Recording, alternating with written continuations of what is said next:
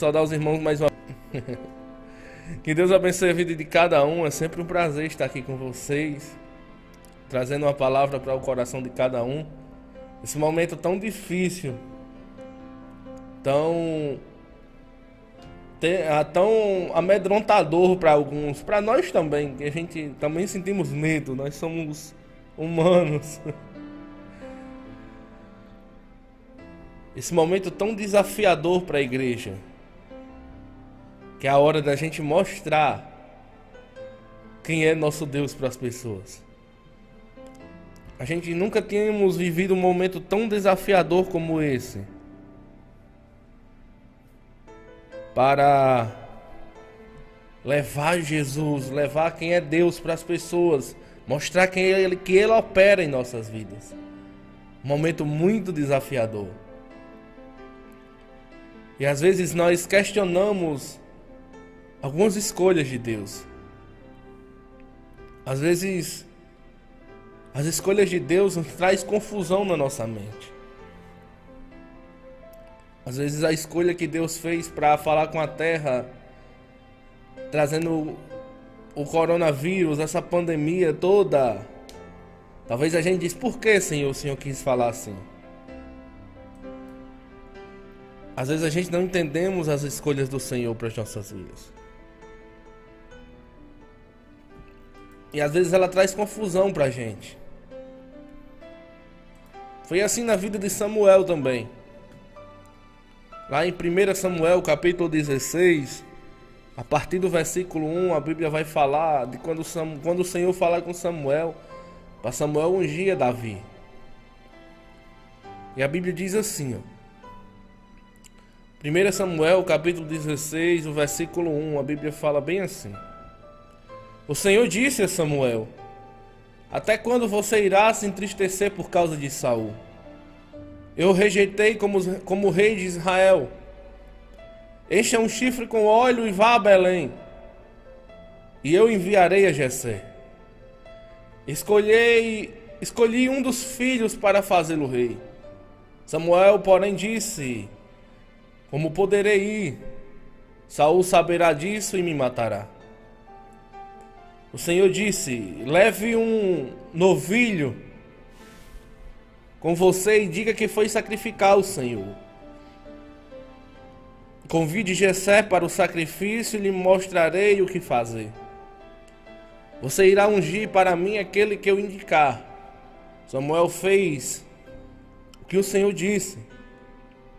Quando chegou a Belém, as autoridades da cidade foram encontrar-se com ele, tremendo de medo, e perguntaram: vens em paz? Respondeu Samuel: sim, venho em paz. Vim sacrificar ao Senhor. Consagrem-se e venham sacrificar comigo. Então ele consagrou Jessé e os filhos dele e os convidou para o sacrifício. Quando chegaram, Samuel viu Eliabe e pensou: com certeza, este é que o Senhor quer ungir. O Senhor, contudo, disse a Samuel: não considere a sua aparência nem a sua altura, pois eu o rejeitarei. O Senhor não vê como o homem vê. O homem vê a aparência, mas o Senhor vê o coração. Então Jessé chamou Abinadab e o levou a Samuel. Ele, porém, disse: o Senhor também não escolheu este. Em seguida Jessé levou Samar a Samuel, mas este disse: também não foi este que o Senhor escolheu. Jessé levou a Samuel 7 de seus filhos, mas Samuel lhe disse: o Senhor não escolheu nenhum destes. Então perguntou a Jessé: estes são todos os filhos que você tem? Jessé respondeu: ainda tenho o caçula, o mais novo, mas ele está cuidando das ovelhas. Samuel disse: traga-o aqui. Não nos sentaremos para comer enquanto ele não chegar. Jessé mandou chamá-lo e ele veio.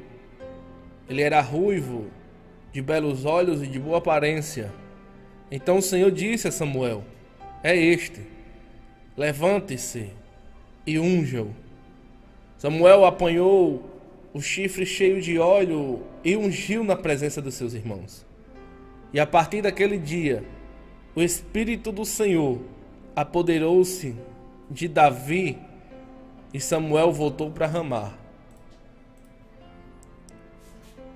Esse é um período onde Samuel já tinha insistido muito em Saul.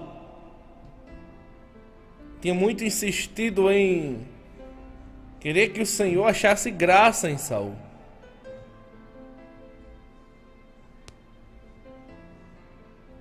O povo tinha Samuel, um líder espiritual, um sacerdote, um juiz. Samuel já velho, e o povo diz: nós queremos um rei. Naquele momento, Samuel triste, o Senhor fala com Samuel: Samuel, eu vou ungir um rei para eles, mas lembre-o que vão ter que pagar impostos. Lembre que um rei não poderá fazer o que eu posso fazer por ele, Samuel. Samuel, triste por estar velho, e no sentimento em seu coração foi de que eu não sirvo mais para nada. E se levanta Saul, e a gente olhando para o reinado de Saul, um reinado desastroso. E Deus se enche de Saul e diz: não, Samuel. Não precisa mais sacrificar, nem orar por Saul, não. Já rejeitei ele.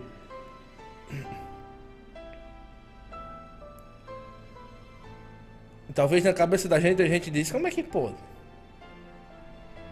As escolhas de Deus muitas das vezes não são a minha escolha. As escolhas de Deus muitas das vezes não são o que eu quero para a minha vida. E Deus fala com Samuel e diz: Samuel, vou levantar um novo rei. Talvez Samuel pensava: nossa, vai ser um grande homem, um grande guerreiro. Mas mais uma vez, o Senhor mostra para Samuel que as escolhas dele não é as minhas escolhas. Na ótica humana de Samuel, os irmãos de Davi tinham mais porte de rei, tinha mais autoridade, era mais bonito, eram homens grandes, valentes, valorosos. Mais uma vez o Senhor diz: Samuel, não atente para a ótica humana. Não atente para aquilo que você está vendo. Não atente para o que você vê por fora, Samuel. O homem vê o exterior, mas eu, Samuel, eu vejo o interior, Samuel.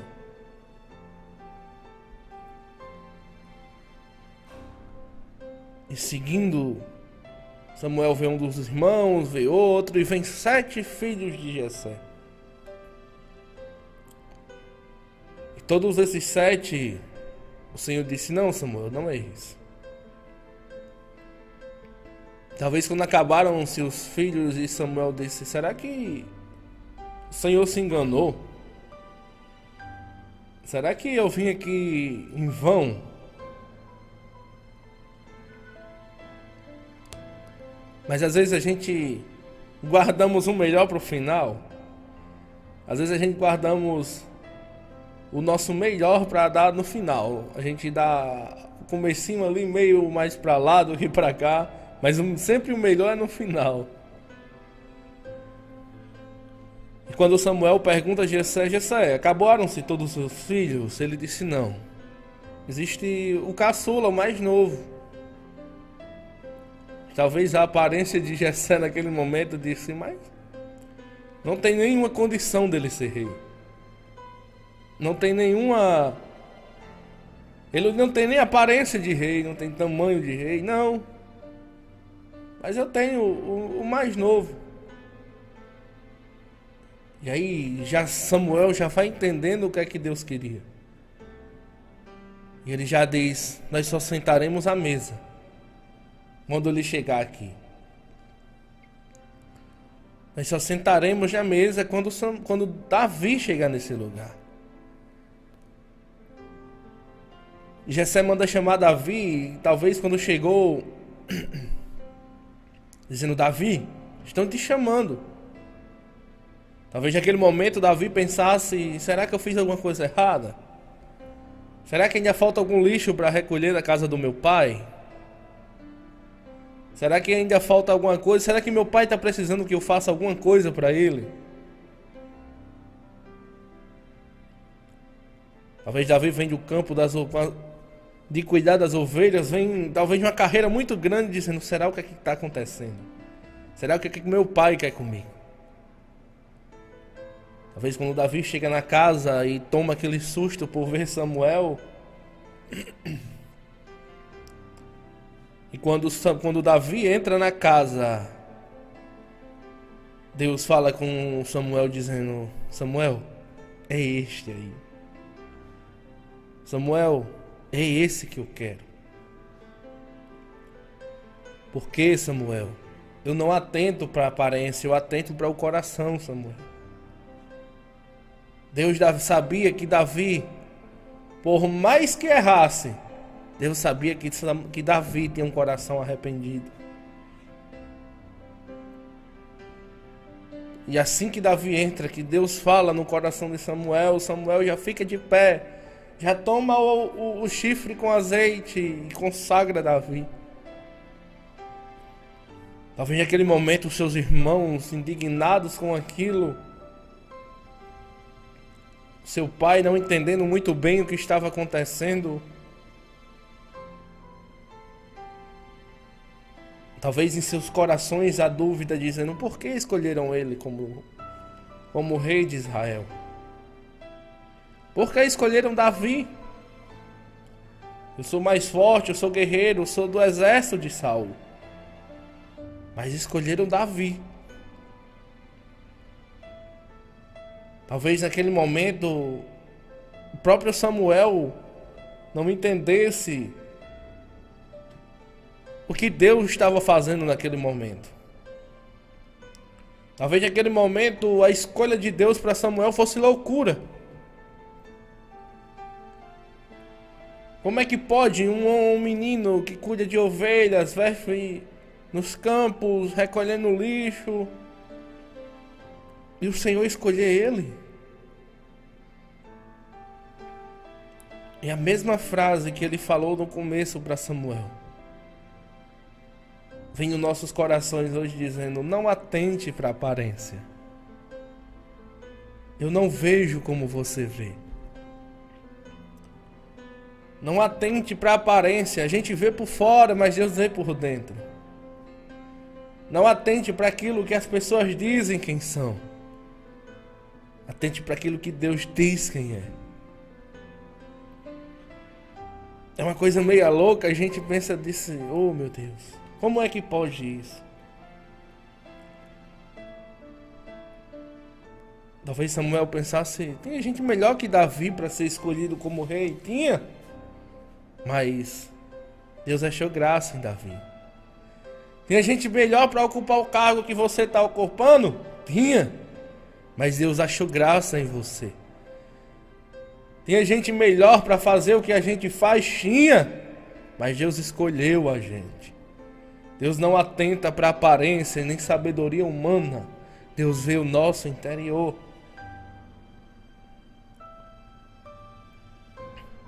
A gente lê a Bíblia e nós vemos Deus dizendo: eu escolho, as coisas que não são, para envergonhar as que são. Quando você acha que nada vai dar certo, é porque Deus está dizendo: eu estou no negócio. Quando você pensa que aquela pessoa que mora com você, ou seja, seu filho, seu marido, seu neto, não vai mudar, e Deus diz: Não veja pela aparência, veja pelo coração. Eu estou trabalhando, eu estou movendo aqui no céu. Quando você pensa que nada vai dar certo, e Deus diz, ela está vendo o exterior, mas eu estou vendo o interior. Quando a gente fala que vai dar certo com a nossa boca, mas o nosso coração está negando, Deus está dizendo, eu não vejo como você vê. Eu vejo o interior. Nós passamos uma vida toda achando que os nossos olhos humanos conseguem ver aquilo que Deus quer fazer em nossas vidas. Nós passamos uma vida toda se entristecendo pelo que os nossos olhos vê. Nós passamos uma vida, a maioria da nossa vida, uma boa parte de nossa vida se entristecendo pelo que os nossos olhos vê. Mas quando nós começamos a meditar na palavra do Senhor, começamos a ver como o Senhor veria, a alegria volta aos nossos corações. Quando nós começamos a ter a percepção de que aquilo que Deus colocou nas nossas vidas é bem maior do que eu vejo, é Deus dizendo pra gente, você vê com seus olhos naturais, mas aprenda a hoje a ver pelos seus olhos espirituais. Quando nós olhamos para a pandemia e temos medos, ficamos desesperados, é Deus dizendo pra gente, é só se arrepender. É só um momento de arrependimento que muita gente ainda não entendeu. Quando a gente olhamos para a pandemia pensando que é o fim, Deus disse, não, é um recomeço. Quando a gente olhamos e começamos a ficar desesperados e não entendemos o momento que Deus quer para as nossas vidas, o nosso coração fica angustiado, a nossa alma fica abatida. E Deus diz, não é como você está vendo. É como eu quero fazer hoje. Deus coloca uma pandemia para a gente se arrepender. A primeira parte da pandemia houve um falso arrependimento. Mas agora, se o arrependimento não for verdadeiro, a pandemia vai durar muito tempo ainda. Se arrependa. Mude. Não é como você vê. É como Deus quer fazer na sua vida. Mude. Talvez naquele momento Jessé pensava que um dos seus filhos que estavam na casa seria escolhido, mas Deus disse não. Eu quero o menor da casa. Manda chamar Davi. Ainda tem um. Não está sabendo nem o que está acontecendo, mas eu quero ele. É Deus dizendo para a gente essa manhã, se arrependa. Eu te escolhi, mas tem que ter arrependimento. Eu te chamei, mas tem que ter arrependimento. Talvez as pessoas olhem para você e digam, você será incapaz de ser usado por Deus. Deus não te escolheria jamais. Você é a última opção. Talvez tivesse você, só você na terra, ainda não escolheria você. Talvez se fosse só você nesse momento, Deus não te escolheria. As pessoas olham pra gente e dizem isso. Mas Deus olha pra gente e diz, eu escolhi você. Se arrependa. Mude de vida.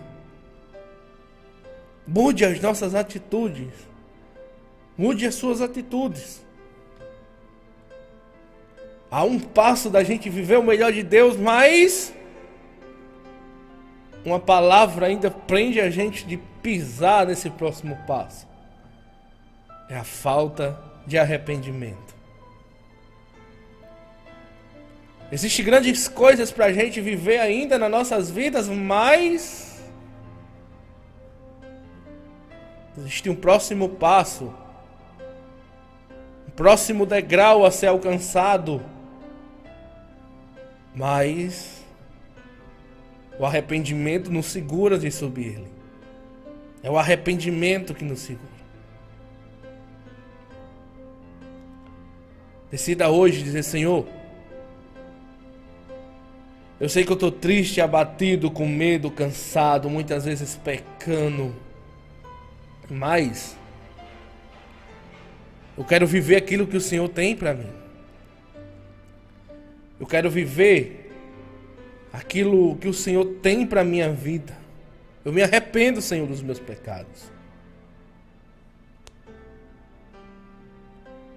Quando Davi assume o trono, depois de passar vários anos fugindo de Saul, tendo todo aquele processo até chegar ao trono, às vezes algumas perguntas que nós fazemos e nós dizemos assim, quem pecou mais, Davi ou Saul? Davi pecou bem mais que Saul, mas o coração de Davi era um coração arrependido. Eu pequei e eu me arrependo. Alço, como é que a gente faz para não pecar? É impossível. A Bíblia diz que aquele que disser que não tem pecado já pecou porque mentiu. Mas o segredo de uma vida é: pequei e eu me arrependo, Senhor. Não é pecar, pedir perdão e voltar a pecar do mesmo jeito, não. É pecar e se arrepender porque pecou.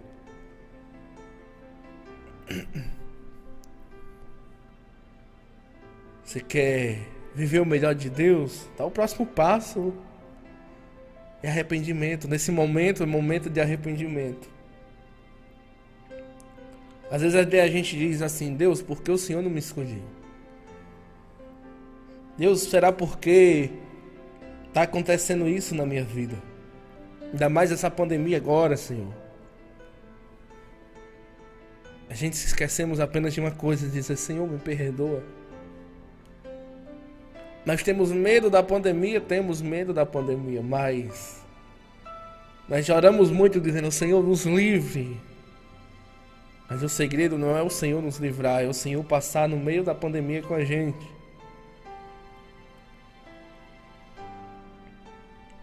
Abra os seus olhos espirituais essa manhã, para que você veja além dela, para que você veja além da pandemia, para que você veja depois dela, depois. Abra os seus olhos agora para que você veja não o sofrimento, mas a alegria que virá. O choro pode durar uma noite, mas a alegria vem ao amanhecer. O próprio Davi disse no Salmo 121, eleva os meus olhos para os montes, de onde me virá o meu socorro? O meu socorro vem do Senhor que fez os céus e fez a terra. Nesse momento, tenha a capacidade de olhar quem é o seu socorro. Socorro bem presente na hora da angústia. Tenha a capacidade hoje de abrir os seus olhos e entender o que o Senhor quer para a sua vida. Tenha a capacidade de ver que em meio a um mundo em crise, você está vivendo um momento em Cristo na sua vida. Enquanto as pessoas dizem que você não é escolhido de Deus, que você não vai viver o que Deus quer para a sua vida, e você é incapaz de ser o que você pensa em ser, o que Deus pensa em ser, que você seja para a sua vida, às vezes nós ficamos tristes por causa disso. Às vezes nós ficamos abatidos, desolados, amedrontados. Mas quando eu vejo a história de Davi e olho para a sua vida, eu vejo que Deus escolhe aquelas coisas que não tem muita aparência, que não sabe muito, que não tem muito entendimento, mas Deus diz: eu escolhi você, esforça-te, tem de bom ânimo, Josué também teve medo. Josué também teve medo depois que Moisés morre. Mas o Senhor disse a ele: tenha calma, se esforce, tenha bom ânimo, se esforce. Se esforce. Você pode dizer: Raul, eu não sei muita coisa da Bíblia. Estude. Às vezes a gente diz: eu quero pregar, Raul, mas está estudando? Está lendo a Bíblia? Está orando? Nós queremos, mas não queremos o processo. Nós queremos que Deus faça grandes coisas nas nossas vidas, mas para Ele fazer grandes coisas, nós temos que se preparar grandemente. Nós queremos ser rei, escolhido como Davi. Nós queremos fazer grandes obras através do Senhor em nossas vidas. Mas também tem o nosso esforço, tem a nossa vez também. Esforça-te. Raul, eu estou aqui no meu quarto tão triste, abatido. Davi estava cuidando das ovelhas. Davi estava retirando o lixo da casa do seu pai. E mesmo assim, Deus o escolheu. Não é um quarto que pode segurar o que Deus tem para a sua vida. A depressão será incapaz de segurar você e aquilo que Deus tem para operar na sua vida, a não ser que você queira. Essa manhã é uma manhã onde não é uma palavra que você vai vencer. Não. Você vai vencer. Não é uma palavra que Deus vai te dar um carro, vai te dar uma casa, segura a chave na mão, varão. Não. É uma palavra onde eu quero que Deus toque no seu coração e haja uma mudança de vida, um arrependimento. A gente, para viver o que Deus tem para as nossas vidas, os planos do Senhor, nós abrimos mão de muita coisa. Nós abrimos mão daquilo que a gente queria para nós. Nós abrimos mão daquilo que nós pensamos que ia ser uma estabilidade financeira. Mas Deus é a nossa estabilidade emocional, espiritual, financeira, conjugal. É Ele. Nós pensamos que um bom emprego resolveria o nosso problema agora. Nós pensamos que uma vacina que estão fazendo vai resolver o nosso problema. Nós pensamos que algumas UTIs mais abertas agora vai resolver o nosso problema. Mas o nosso problema virá com arrependimento. Com os joelhos dobrados, com arrependimento sincero.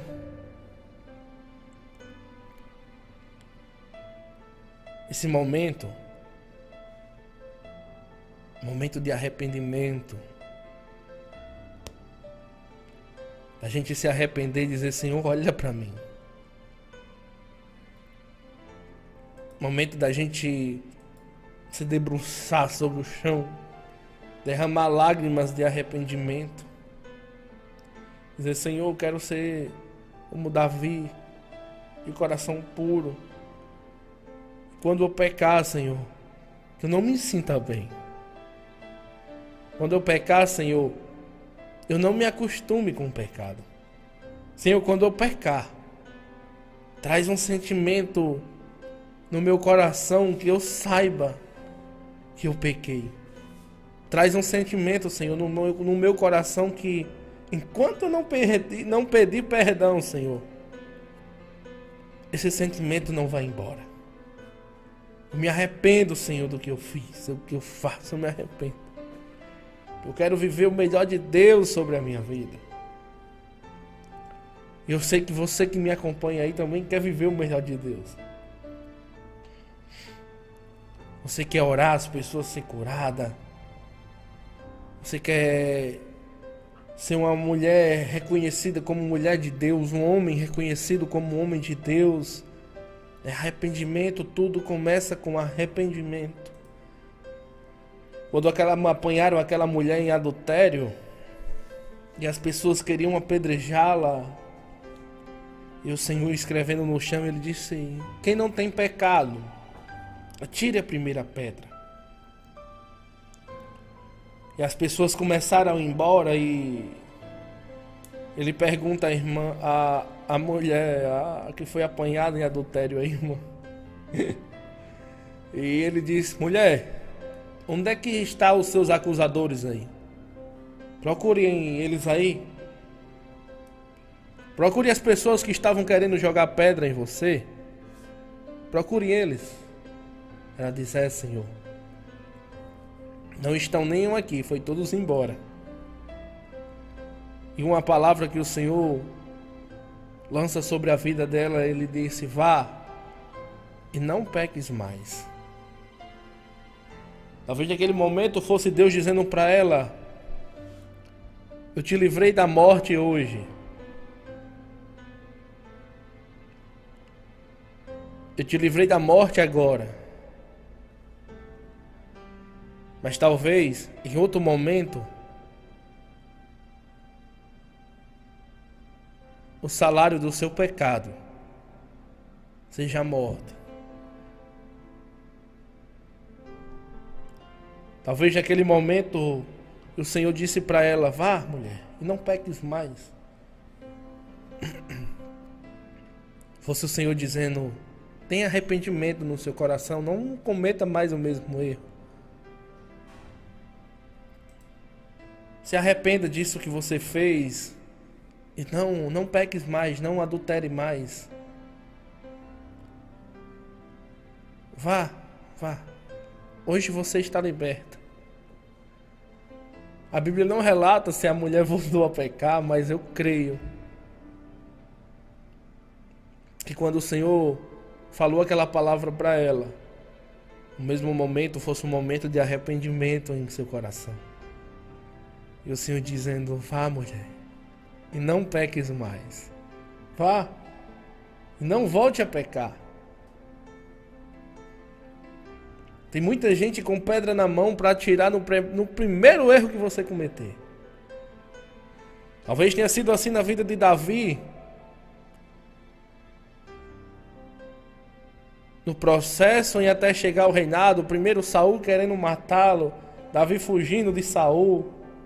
E no reinado também, Davi errando, e as pessoas talvez naquele momento esperando o primeiro erro de Davi para quê? Para jogar pedra. Mas quem sabe se arrepender, não sofre com as pedradas. Quem tem arrependimento no seu coração, não sofre com as pedradas do inimigo. Eu digo para você hoje: vá e não peques mais. Vá, e esse pecado, às vezes a gente tem um pecado de estimação. A gente gostamos de pecar a mesma coisa. E é aquele pecado que acaba levando a gente para o inferno. Eu digo para você essa manhã: vá e não peques mais. Se arrependa desse pecado. O segredo não é só eu pedir perdão a Deus, é eu me arrepender do pecado. Senhor, eu tenho nojo de pecar. A coisa que eu menos quero, Senhor, é pecar, porque o pecado faz o distanciamento do homem e Deus. Eu não quero viver distante de Ti. Eu quero viver aquilo que o Senhor tem para a minha vida todos os dias, Senhor. Então opera em mim. Esses defeitos, essa incapacidade, Senhor, retira de mim. Senhor, eu quero ser como Davi, que mesmo quando pecou, consegue se arrepender amargamente. Davi, quando pecava, se vestia de pano de saco, jogava cinza na cabeça. Senhor, sara. Às vezes a gente diz: Senhor, sara o Brasil, sara a nossa nação. Mas nós temos que entender que esse sarar tem que começar em nós. Nas pessoas que estão perto de mim, nas pessoas que nos acompanham. Senhor, sara o Brasil começando em mim, Pai. Sara a nação começando em mim. Perdoa o pecado dessa nação, começando pelos meus, Senhor. Sim, Senhor, perdoa-nos, porque nós não sabemos o que fazemos. Arrependimento é o segredo nesse momento. Arrependimento, não digo um segredo, mas já não é mais segredo para ninguém.